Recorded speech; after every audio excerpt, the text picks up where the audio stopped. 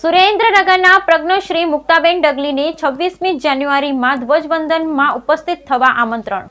સુરેન્દ્રનગરના પ્રજ્ઞશ્રી મુક્તાબેન ડગલીને 26મી જાન્યુઆરીએ ધ્વજવંદનના કાર્યક્રમમાં સહભાગી થવા મળ્યું નિમંત્રણ. વડાપ્રધાનના હસ્તે દિલ્હી ખાતે યોજાનારા 26 જાન્યુઆરી 2025ના ધ્વજવંદન કાર્યક્રમમાં ઉપસ્થિત રહેવા પ્રજ્ઞશ્રી મુક્તાબેન ડગલીને મળ્યું નિમંત્રણ. મન કી બાતના કાર્યક્રમમાં વડાપ્રધાન નરેન્દ્ર મોદી દ્વારા મુક્તાબેનની સંસ્થા વિશે વાત કરી ચૂકેલ છે. પ્રજ્ઞાચક્ષુ મહિલા સેવાકુંજ દ્વારા ચલાવવામાં આવતી પ્રવૃત્તિને ધ્યાનમાં રાખી આ તેમને પ્રજ્ઞશ્રી એવોર્ડ મળ્યો છે ને મન કી બાતમાં કાર્યની વાત લોકો સમક્ષ મૂકી હતી. આગામી 26મી જાન્યુઆરી પ્રજાસત્તાક પર્વની ઉજવણી દિલ્હી ખાતે યોજાવાની છે. આ ઉજવણી સમારોહમાં સ્પેશિયલ ગેસ્ટ વિઝિટર તરીકે ઉપસ્થિત રહેવા માટે સુરેન્દ્રનગરના પ્રજ્ઞશ્રી મુક્તાબેન ડગલીને નિમંત્રણ આપવામાં આવ્યું છે.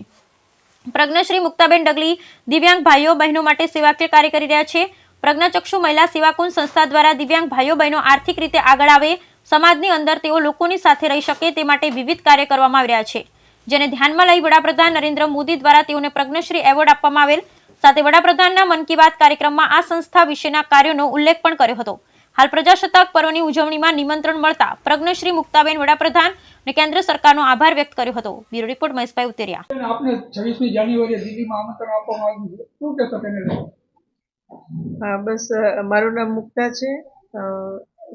શ્રી પ્રજ્ઞાચક્ષુ મહિલા સેવાકુંજ સુરેન્દ્રનગર અંધ ભાઈઓ બહેનોના સર્વાંગી વિકાસના ક્ષેત્રે આ સંસ્થા કાર્ય કરી રહી છે અને સુરેન્દ્રનગર, મોરબી, અમદાવાદ અને ઉમરગામ આમ આ સંસ્થાની 4 બ્રાન્ચ છે અને એમાં અંધ ભાઈઓ બહેનોના સર્વાંગી વિકાસના ક્ષેત્રે કાર્ય થઈ રહ્યું છે. આ 800 દીકરા દીકરીઓને રહેવું, જમવું, શિક્ષણ અને મેડિકલ આ તમામ પ્રકારની સુવિધાઓ વિનામૂલ્યે પૂરી પાડવામાં આવે છે અને આ સંસ્થાની જે કંઈ પ્રવૃત્તિઓ છે તેની સારી એવી નોંધ સરકારશ્રી એટલે કે મોદી સાહેબ લઈ રહ્યા છે.